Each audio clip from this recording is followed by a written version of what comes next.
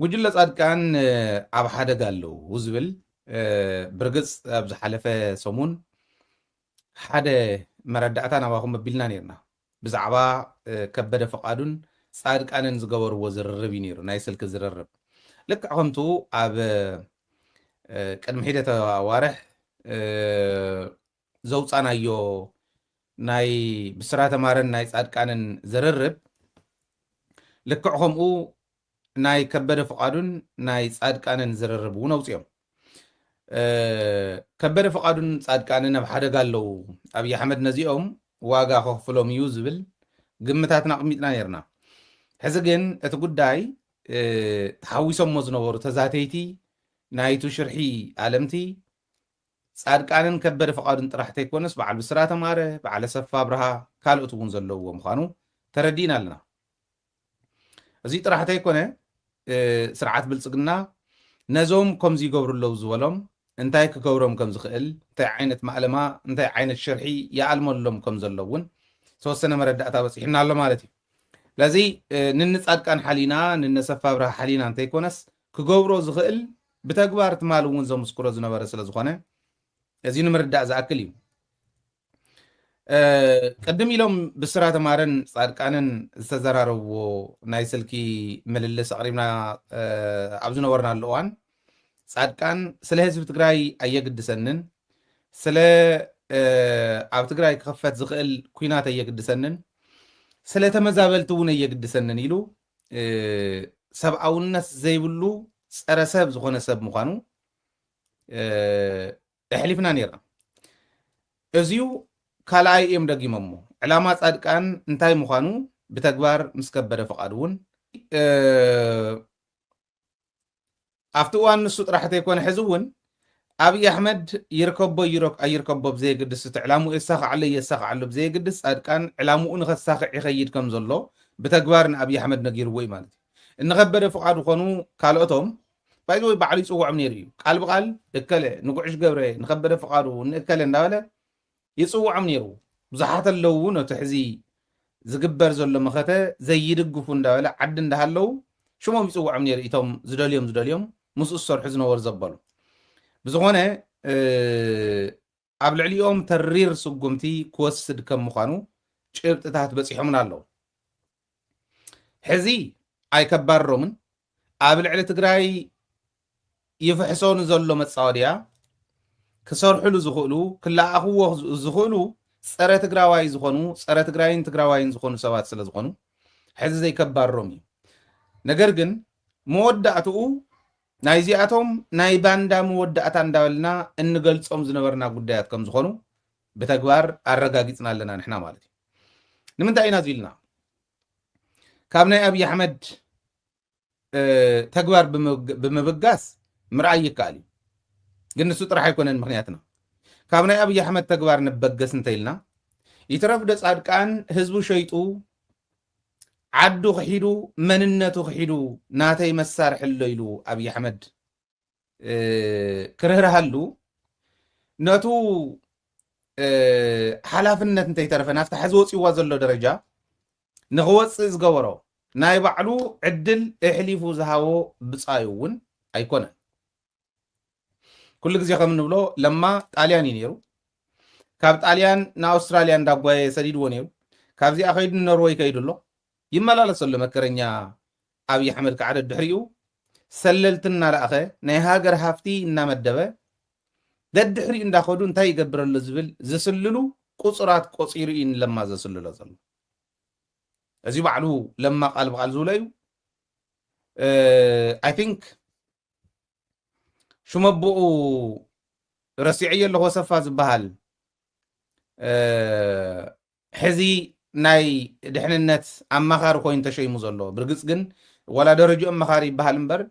ብላዕለዋይነት ንድሕንነት ክቆፃፀር ዋላ ልዕሊ ሬድዋን እውን ኮይኑ ተፅዕኖ ፈጣሪ ኣብ ናይ ኢትዮጵያ ኢንተለጀንስ ኮይኑ ዘሎ ኣሰፋ ባዩድ ኣሰፋ ኣብይ ገለ ዝበሃል ወዲ ኣሎ ኣብ ዝሓለፈ ልዕልየ ነይረ ሽመብኡ ስለ ዝረስዓህዎ እዩ እዚ ኣብ ጣልያን ዝስልሎ ነይሩ ናብዚ ምስ መፀ መን ይስልሎ ከም ዝነበረ ንፈልጦ ኢና ንኖርዌይ ምስ ከደ ሕዚ መን ይስልሎ ከም ዘለዉ ንፈልጥዎ እዩ ኣብ ዝተፈላለዩ ሚድያታትና ተገለጸ እውን ሰምዕዎ ትነብሩ ኢኹም ማለት እዩ ንለማ ይኮነን ኣብይ ኣሕመድ ገዱ እውን ካሊእ እዩ ቲም ለማ እንዳተባሃሉ 3-4 ሰባት ኮይኖም ይግለጹ ነይሮም እዮም ለማ ናይቲ ቲም እውን መግለጽ ዝነበረ እዩ ገዱ ሕዚ ካብ ናይ ኣምሓራ ክልል ፕሬዚደንትነት ናብ ወፃኢ ጉዳይ ሚኒስትርነት ካብ ወፃኢ ጉዳይ ሚኒስትርነት ናብ ወዛደርነት ተቐይሩሉ ሕዚ ርሂፅ ካብላዕ ኮይና ፓርኪንግ ሓላዊ ኮይኑሎ ክልል ዘመሓደር ዝነበረ ሰብ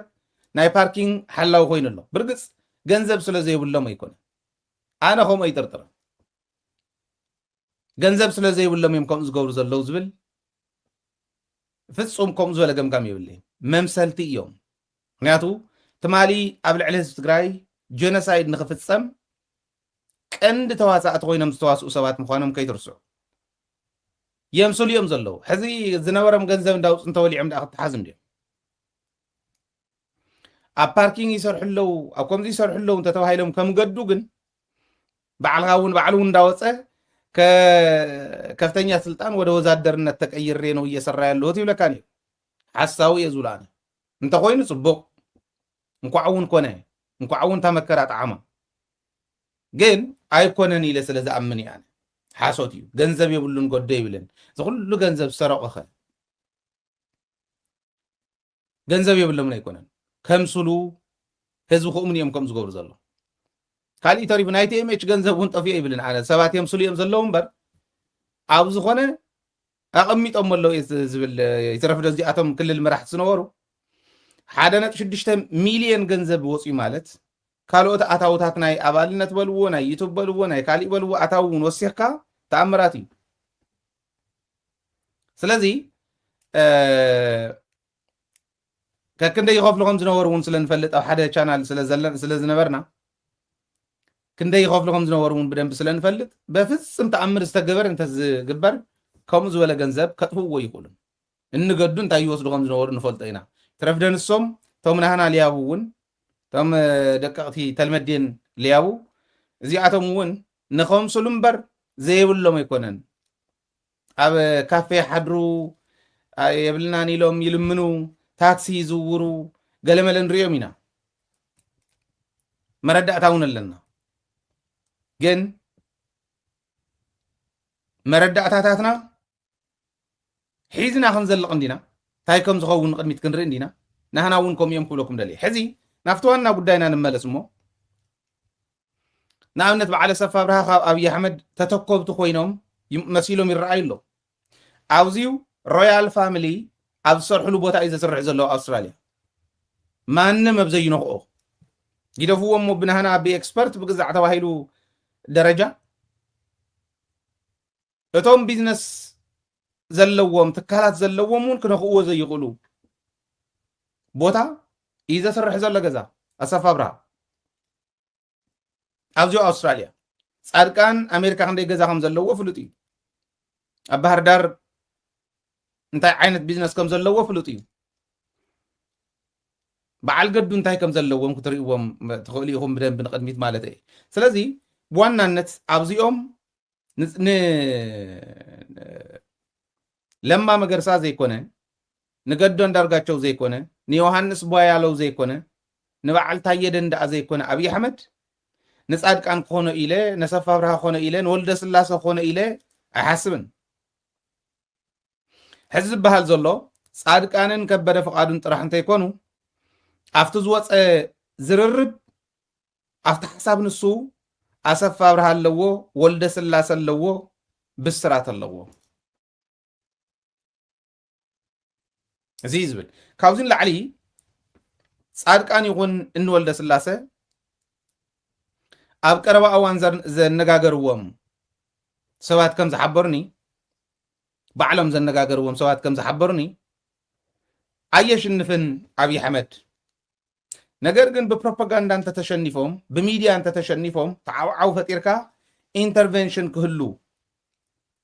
ካልኦት ሃገራት ከኣትዎ ፍላይ ኣሜሪካ ጣልቃ ክትኣቱ ኣውሮፓ ሕብረት ጣልቃ ክኣቱ ኣፍሪካ ሕብረት ክኹንን እዚኦም ንሕወሓት ክኹንኑ ዲፕሎማቲክሊ እንዳሽነፍካ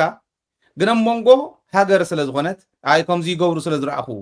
ننزي قص يحلفوا سل زرعه كوينات كيلعلو فريحه قلمل بزبل ناخد كان حلفكا بدرون بخالي ناخد كتكا أصل شو بيلكا خاب حزب من تصالي كاليو ياتل هزيهم زولو حزب العليهم كوسدوس حسبه نحن نفلط لنا مودعتهم زغلو مخيرهم زغلو مسخوينا مشرحهم سئل غوصهم يخيتول كان او بي يو ناي مابينغ ناي اوبريشنال كفل زبهالو ناي درونن كاليين دبدابات زغبرلهم مابينغ كفل حلافي يو صادقان ناي جاتهم ادفايزري ابزو خباوزي وقعو فلفلاتنا خمزيلهم كلنا تبهاله ننمن كم زنغورتم قشي نابنتم كاوكي حقشي نمن كم زنغورن فلطينا نسو خمي غورن صادقان نغيروون فلطيو زينا غبره خوقعيو موداتو غنو على خبلاي زياتهم بملኦም سጉም ተخسرلهم مخاني كم زولكو وغن نن لما ننغدو نن يوحنس بويالهم بعل تايدن دان زي كونسب نصادقان كونه الي حسبن اتاونا شرح تقون نصادقان زحلموا زلو عباي كفايه تخفى امريكاون طالقا خطات اوروب حبرتون طالقا خات كالوتون طالقا خاتو ناي افريكا حبرتون حويسو طالقا خاتو بمغبار بدبلوماسي بمسعر بميديا بمسعر ناي بروباغندا سرحتي بدنب كنسرح انت خيلنا انت حجزنايو مورالهم سيركا مورالو تسبر يمرحنا نزبل حزبي اوشت نخلو غيركا كاب حزب نصلهم كاب حزب تنصله كسعر سلا زي يخل ناب ጭንቀት እቲና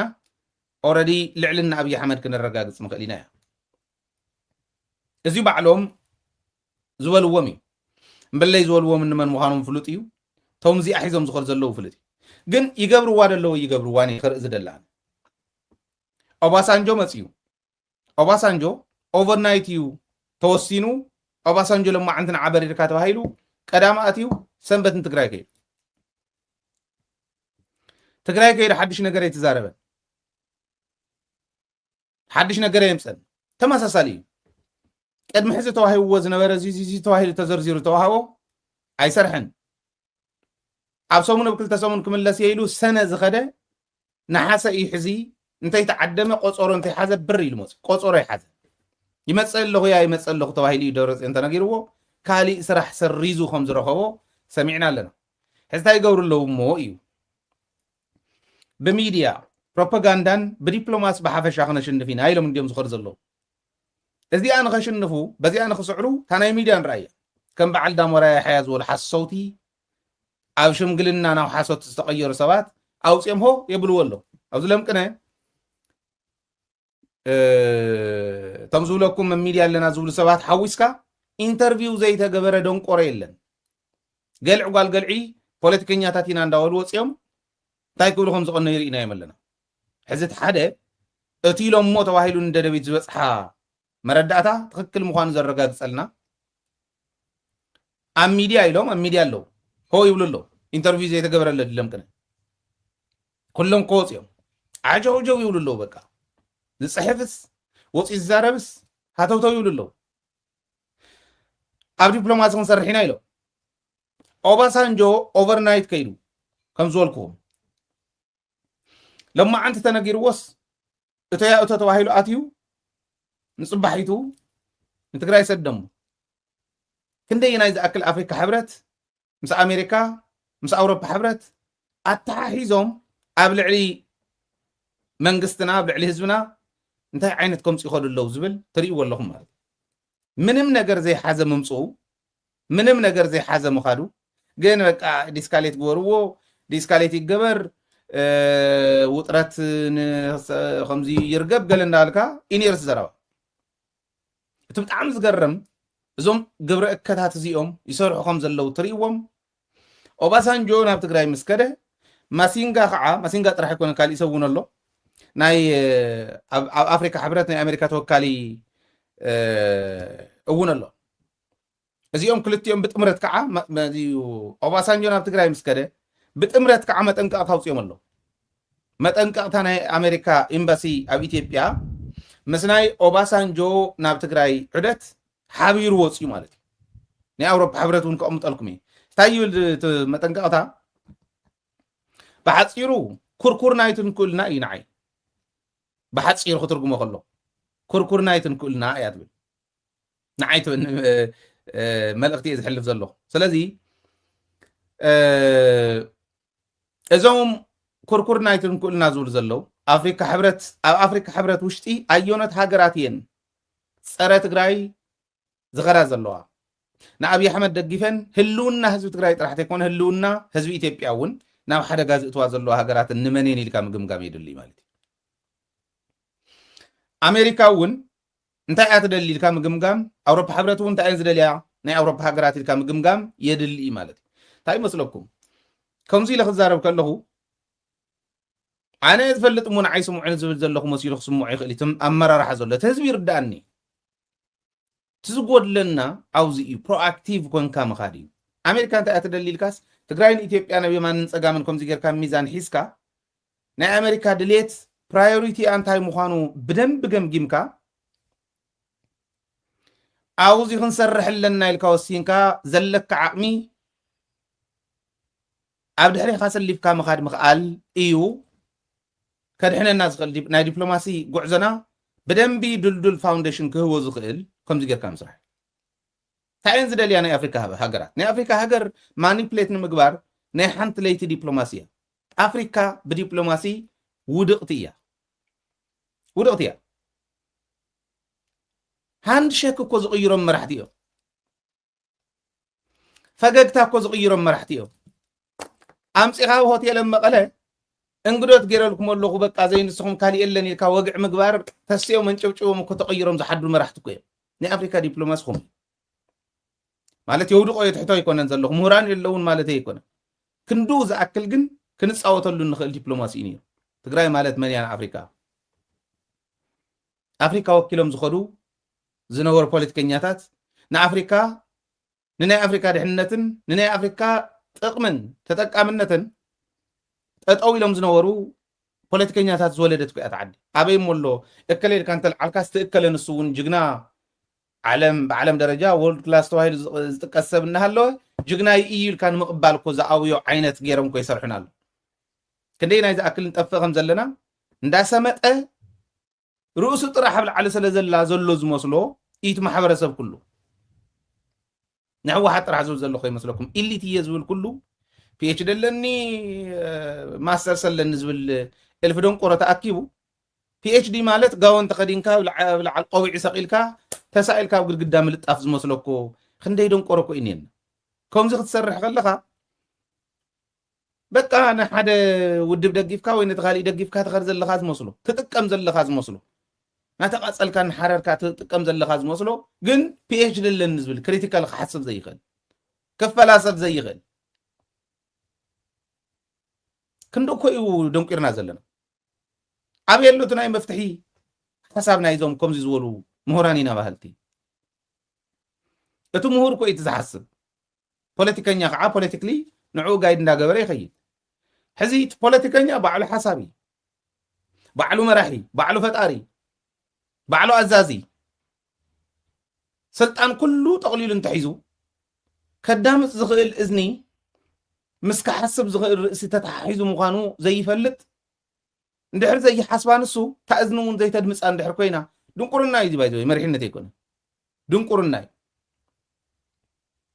ክንዱ ዝኣክል ኢና ወዲቕና ኢና ሕዚ ኣነ እንታይ መበልኩ ንኣብነት ቀይሕ ባሕሪ ንውሰድ ክንሪኦ ኢና እንታይ እዮም ኢሎም ማሲንጋ እንታይ ኢሉ ምስ ናይ ኦባሳንጆ ተተሓሒዙ ካሊእ ተወካሊ ናይ ኣሜሪካ ኣብ ኣፍሪካ ሕብረት ከንታይ ኢሉ ዝብል ክንሪኦ እንዲና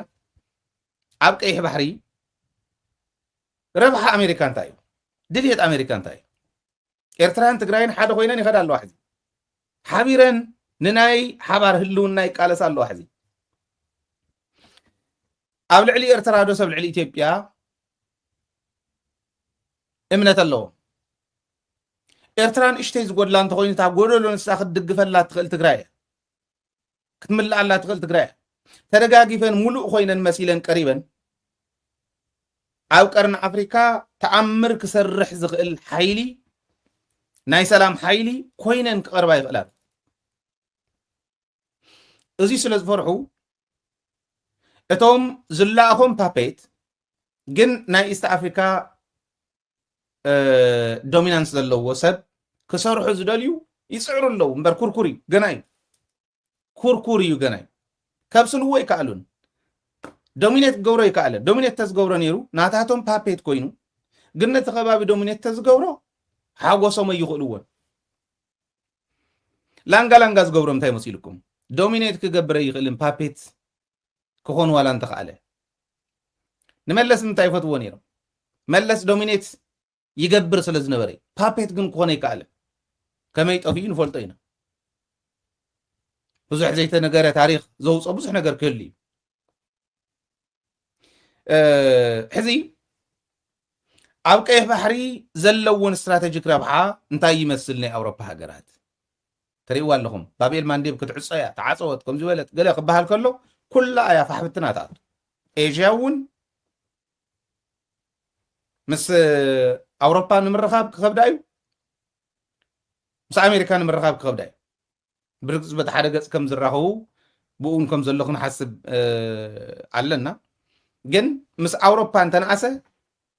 ክከብደን እዩ ኣውሮፓ እውን ምስ ኣፍሪካ ምስ ሚድል ኢስት ምስ ኤዥያ ብሓፈሻ ንክራኸቡ ከብዶም እዩ ባቤል ማንዴብ በይና እዩ ዘሎ ቀይሕ ባሕሪ ማለት እንታይ ማለት ምዃኑ ናይ ዓለም ኢኮኖሚ ማግኔት እዩ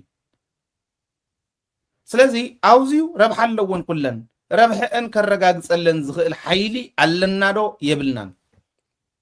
ዕዳጋ እዩ ፖለቲካ ዓለም ሕዋት ዕዳጋ እዩ ንዕዳጋ ወይ ዝገዝእ ገንዘብ ወይ ገንዘብ ከምፅእ ዝኽእል ዝሽየጥ ኣቕሓ ሒዝካ ክትከይድ ክትክእል ኣለካ ካብ ወፃእ እንተኮይኑ ምናልባሽ ደላላ ኮንካ እውን ምእታው ይከኣል ደላላ ኮንካ ነቲ ዝሸይጥን ነቲ ዝገዝእን ተራኽብ ደላላ ኮንካ ምእታው እውን ይከኣል እሱ ብልሒጥ ይሓትት እዩ ብቕዓት ይሓትት እዩ ዝሽየጥ የብልካን ዝገዝእ ገንዘብ እውን የብልካን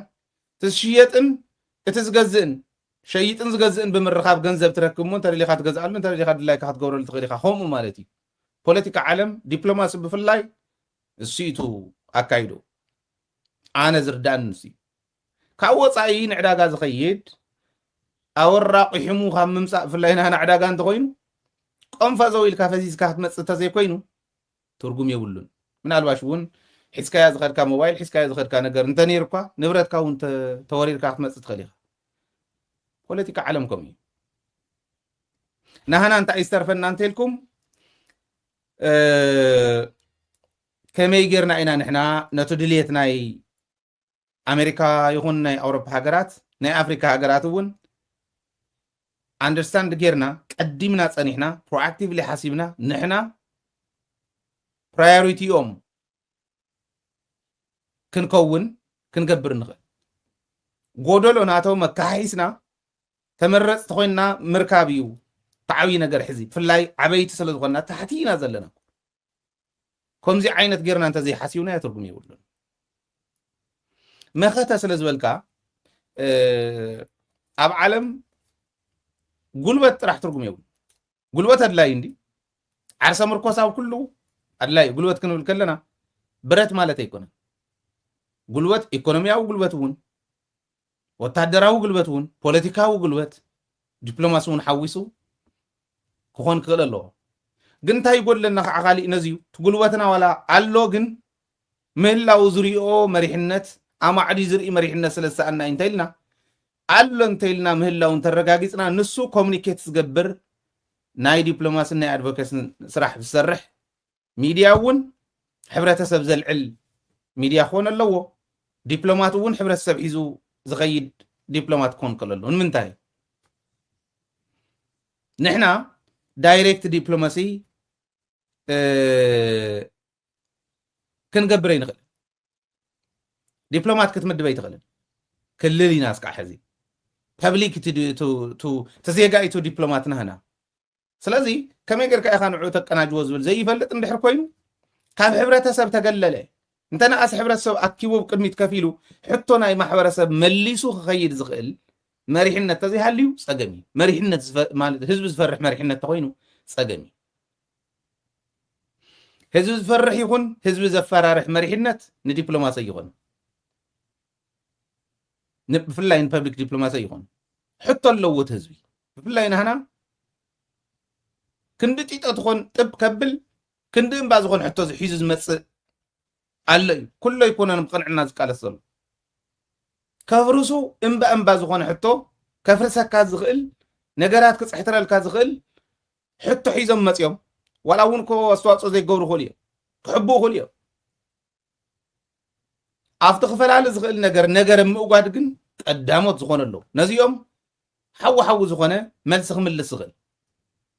ሕብረተሰብ ክነቕሓሎም ክገብር ዝኽእል ግን ዋይዝሊ ክምልስ ዝኽእል ሓይሊ ክህልወካ ክኽእል ኣሎ ኣብቲ መሪሕነት መን እዩ ኣብቲ መሪሕነት ነቲ ዳያስፖራ ኦርጋናይዝ ገይሩ ቦት ናይ ቀደም ከምዚ እንዲና ንገብር ነበርና ንሕና ግዲ ኣብነት ግፋ ንምንታይ ትገፍፍ ተተባሂሉስ ቀደም ኮ ንገፍፍ ነርና ኢና እንተይሉ እዩ ዝብል ዘሎ እዚ እንታይ ትብሎ ኣብ ሚድያ ናብ ዲፕሎማሲ እንደኺምኩም ተልካዮም እወ ሓቅኹም ክንሰርሕ ኢና ጭርሖ በባኣኸቡ እንተኢሎም እንታይ ኢኻ ትብሎም እዚኦም ምሕረራት እዮም እዚኦም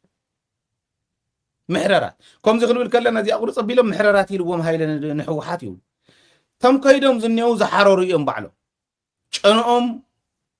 ዘፀግመካ ይትረፍዶ ክትቀርቦም ይትረፍዶ ዝብላዕ ፍረ ነገር ክህልዎም ሓሪሮምስ ጨንኦም እውን ዘፅላኣካ እዩ እቶም ዝተረፉ ሰብስታንስ ኣለዎም እትብሎም ከዓ ንዓኻ እውን ክሕርሩካ ዝደልዩ ገና እንታይ ተረባሕካ ኣሎ እዚኡ ተፈላላይ ትፀገም ኣብ ልዕሊ ህዝቢ ከም ዘሎ ከርኢ ስለ ዝደለኹ እዩ እዚኡ ክፍታሕ ግን ዝኽእል እዩ ኣነ እኮ ትግራዋይ እየ እቲ ካሊእ ቦት ኮይኑ እዚኡ ጎዲልኩም ዘሎ ዝብል ዝጎደለ ነገር ዘርእየካ ዘሎ እኮ ትግራዋይ ኮይኑ እቲ ዝጎደለ ዘርኢ ዘሎ እታ ዝጎደለት ክንምላእ ኣላ ንኽእለላ መንገዲ ፅሒፍካ ስለደለይ እንተልካ እዮ ፅሒፉ እንተሰዲድልካ ናትካ ናይ ምትግባር ጉዳይ እዩ እንተዘይተረዲእካ ተሓቶ ናትካ እንድዩ ሃፍትኻ እኮ እዩ ሃፍቲ ትግራይ እዩ ትግራዋይነት ንወይኖም ዝወፅሖም ዝመስሎም ኣብ መሪሕነት ክወፅእ ከሎስ ትግራዋይነት እዚኣ ዕብይ ዝበለ ትግራዋይነት ሚዛንያ እሞ ንእከለ ዝበሃል መራሒ ኢልካ ትህቦ ዘለካ ዝመስሎ ክንዶ ዝኣክል ዝደንቆረ ናብ መሪሕነት ተውፂኻ ፀገም እዩ እቶም ደንጎላ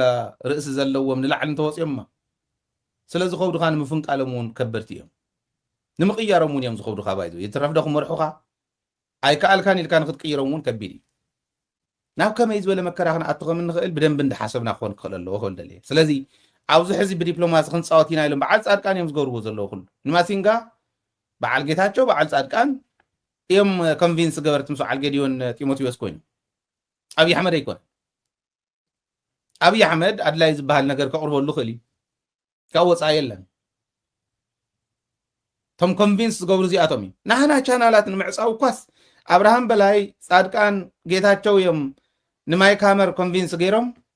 ናትና ናይ ኢትዮ 360 ኣብ ሓንቲ ሰዓት ኣብ ሓንቲ ሰከንድ እዮም ተዓፅየን ብሓንሳብ ኢና ተዓፂና መጀመርያ ድሕሪኡ እንዳርከቡ ይዓፁና ነይሮም ንዓና እውን ንዕኦም እውን ሰርተ ሓደ ቻናል ናህና ዓፅዮም እዚአን እኳ ንምግባርስ ዝሰርሕዎ እንቶም ናህና ደናቑር እዮም ከፍቲ ይመስሉ መርዓይ ርኦ ነይረ ጌታቸው ኢሉ ከምዙ ናይ ቆውዕ ብዕራይ ይመስል ከምዚ ክኸድ ከሎ ኣይተፅረፍ ይብሉ ሓደ ሰብ እዚኣቶም ፀርፈ ይኮኑን ሹም እዮም ብሽሞም ንፀዋዕ እዮም እዚኣቶም ካብ እንስሳነት ንታሕቲ እዮም እንስሳ እዩ ዘይሓስብ ዓሌተይ ይብልን ዘርአ እዮ ይብልን ኣይብልን ናቶ ይፈልን ናቶ ዋግእ ዝሓድር ንናቱ ደንበ እንዳፈረሰ ዝሓድር እንስሳ ጥራሕ እዩ ገዝኦም ኮይም ዘፍርሱ ዘሎ ገዝኡ ጋሕጊሑ ከምዚ ገይሩ ትግራይ ንክትውቃዕ ኣብ ትግራይ ዝፍፀም ዘሎ ናይ ድሮን ደብዳብስ ኣይ በዚ ገፅ ዘለው በዓል ፍስሓ ማንጊስ በዓል ደብረፅዮን እዮም በዚ ገፅ ዘለው ንእከለ እዮም ኢሎም ፈልዮም ዝወቕዑ እንተዝኾኑ እውን ነቶም ሓቶም እንዲኦም ዝወቕዕዎም ዘለው መን ድዮም ናይ ሕወሓት 1.5 ሚልዮን ይብሉ ነይሮም 1.5 ሚልዮን ኣባል ኣለዋ ይብሉ ነይሮም ተጋሩ ኣይኮኑን እዚኦም ውናት በይና እንተትውቃዕ ነይራ እሞ 30,000 ወይ 300,000 ኣባል እዩ ዘለዋ እንተኢልና 300,000 ክውቃዕ ከሎስ ተጋሩ ኣይኮኑን ንሶም ባይቶና እንተኢልና ሳልሳይ ወያነ እንተኢልና ዓሲምባ እንተኢልና ወይ ኣክሱማይ ዋዕላ እንተኢልና ተጋሩ ኣይኮኑን እንታይ ገይሮም ዓዚም ይገብሩልና ከም ዘሎ ከመይ ገይሮም በቃ ክንፈላለዩ ይገብሩና ከም ዘለው እቶም ፀላእት ረእይዎ ኣብዚ ምስራሕ ስለዝኣበየና ኢና ንባዕልና ንባላዕ ዘለና ሕዚ እቶም መራሕቲ ተባሂሎም ኣብ ላዕሊ ተሰቂሎም ዝነበሩ ጉርድታት መራሕቲ እዮም ፖለቲካ ይፈልጡ እዮም ኢሉ ስለዝሓስብ እቲ ማሕበረሰብ እስካዕ ዝፈልጦም ይኽተሎም ንኣብነት ናይ ፃድቃን ርኢኹም ኢኹም ከመይ ገይሮም ቆልዑ ኩታሩ እንተይተረፈ ምስ ተረድእዎ السبزي سوي يكونن إلهم كم يقرم خدهم زلوا تري ولا لذي بوانا نتكن حسوا زل الناس تمت أنك قطع ماسينجا مس توناي أمريكا أو أفريقيا حبرت توكال زوجو تعيم زولو أو إثيوبيا بتعمين مرأي زجنن كفؤ طرنت كل عالق اليوم كاب كينات وصيوم عبدركن سبعة وقداتن انت تذكروا جرمنيرو يولو كلتيهم بحبار زوج وين يستذكروا جرمنيرو أوغست 10 قدم شديشة معلت مالتيو زو صاي قلص زلهو هصص مجلس إلهم زوج وين سوري أوغست 25 زو صاي هذه بريتوريا تطاويلو ناي بريتوريا سوري ببريتوريا تطاويلو حزقن እንደገና ዝደግስ ዘሎ ኹናት የስጋአና እዩ ኦባሳንጆ ንትግራይ ምኻዱ ትማል ዘውፅዎ እዩ ኦባሳንጆ ንትግራይ ምኻዱ ብጣዕሚ አድኒቕና ኣለና ነገር ግን ኣብ ትኽልል ዘሎ ናይ ጦርነት ጉሰማ ናይ ጦርነት መላዓል ብጣዕሚ ኣስጋኢ እዩ መን እዩ ናይ ጦርነት መላዓል ዝገብር ዘሎ ስቕዲ ዝበሃልስ ከምኡ ክበሃል ከሎ ናይ ጦርነት መላዓል ኣሎ أفتغلل يولو باتيدي وزيو أي قلت وانا أفتغلل زنية كل خلو جنا بكل اللي هي طورنا زلع علم على توميو تخالي زردو استوجد أبكند محجاز ناوناي بوليتيكا شكوت آتيوم بسلامن كبرن كملس زقبو تفانا قالب كند مملاس نا بوليتيكا شكوت آتيوم هزبي نا حدا جاي إتو علوم بر مفتحي يخونا نزيو يول هذي أمريكا طفي واقعي مسلو عسرت شدشت جزي خندبدب كلنا أمريكا ورقة سينا يكونتن بيرو سينا يكونتن زي أندرستانز قبر دبلومات سينا يكونتن كم تزولكم كور كوينوهم كعبيوو بليو للو ربح حصل زلوهم كلنا نروحي تايت روحهم لوغي بانداي ناتاتهم كوركوري بابيت كأمطلنا يدليو بامبولا كأمطلنا يدليو أتو بامبولا جن انت زي عاويو عقمي انت زي عاويو نتو ريجن بدومينيت قبر انت زي كيلو ربح يبلهم نسوس كعزا عبي سنفلال غير غطن حكا خلالو لك عمت أوباسانجو ناتا الأخذ قبر زل ناتاتهم لوغي من أوباسانجو ناتهم لوغي إزينا نرد نوزي حزي خميت فتحو بدنبي مزررابي كالي ثم عنتو زولو زنوركم مفتحتات يوم تم مفتح خون زخول نزي سق انت لكا جن سقيو تزنيها ترديقها هزبغا ون ناو حدا مسيخا اتوم بسوس سنة تفلالاي افلالاي مداسفح زخور زلو اندات صوبكا تموليسهم كمصوب بمقبار تنقس حيلخا اندات اناخركا بمخال السلالفا سلازي يردعنا يكون السلالفا يلكا نيشت لنا فلالاي تفتر كله اتوم كل زغور زلو عايز الرأيوني عقم زي بلوم ناي عقم قدلتهم سب مقناس درقاقوس اكلن تتقنيس انا الى كود الدحري زلخو إيلوم زحاسو ناي صباح سلطانو من دحاسو زغورو قل سبات يطفونا اللو زي بدن بي استوعي لكا مخاد زدليو قدايكم مخانو كحبر سلز دلخو لذي زيوم استوعي لنا رأيهم انا تناي امريكا ببشو عنزوط زلو مجلسي سنفنا ايوم بر نحنا نبلص مخانا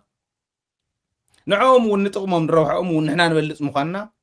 مرأي قال زبلصكا باندا خوانكا مرأي كون زب زلخان كاب ኢትዮጵያ زبلصكا ግን ረብሓካ ዘይትህብ ኮንካ እንተ ተረኺብካ መለስን ኣብይን ተዘወዳድሩ መለስን ዓና ጥራሕ ኣይኮነን ሞይትና ንዓና ጥራሕ ኣይኮነን ከይዱ ናይ ኢትዮጵያ ህዝቢ ከም ዘለዎ ኣሜሪካ እውን ካልኦት እውን ትሪጅን ኣብቲ ሪጅን ጥቕሚ ኣለና ዝብላ ኩለን ሕዝና ሓደ ጋር ኣትይነን ትሪጅን ይጥቀም ኣለዋ ዲ መሲልኩም ጥቕመን ሕዚ ዋን ወይ እያ ብረት ምሻጥ እያ ቡምባ ምሻጥ እያ ካብ ወፃእ ዘሎ ኣየና ኢንቨስተር ይመፅኡ ኣብ ኢትዮጵያ ኢንቨስት ዝገብር ሕዚ ሸር ውፅኦም ኣለዉ ናይ ኣየር መንገዲ መን መፅኡ እዩ ሕዚ ሸር ናይ ኣየር መንገዲ ዝገዙ ኩሎ ብሓደጋ እዩ ዘሎ ለዚ ነዚዩ ክሕዘሎም ዝኽእል ሴኩሪቲ ረጋጊፁ ዘለዎም ዓቕሚ ሒዞም መፅኦም እቲ ሕጊ ናይቲ ዓዲ ብዝፈቕዶ ደረጃ ኢንቨስት ክገብሩ ዝገብሮም መራሒ የድልዮም ንሳቶም እውን መለስ እንተዝህሉ መመረፁ ክብል ደልየ ስለዚ ኣስተውዒልካ ምኻድ ዓቕምኻ ምርዳእ የማነ ፀጋም ዘሎ ናብ ሓደ ምፂኻ ምምራሕ ደገን ውሽጥን ዘሎ ውዳበ ኣጠናኺርካ ምኻድ እዚኣ ዝኽእል መራሒ ጥራሕ እዩ ክወፃ ዝኽእል ህዝቡ እውን ከውፅእ ዝኽእል ቀጣንያታ መንገዲ ቀጣን መንገዲ ሒዙ ነዛ ቀጣን መንገዲ ተኸቲሉ ናፍታ ሰፋሕ ፀፍሒ ከውፃካ ዝኽእል በሊሕ መራሒ ኣብ ዘድልየሉ እዋን ኢና ዘለና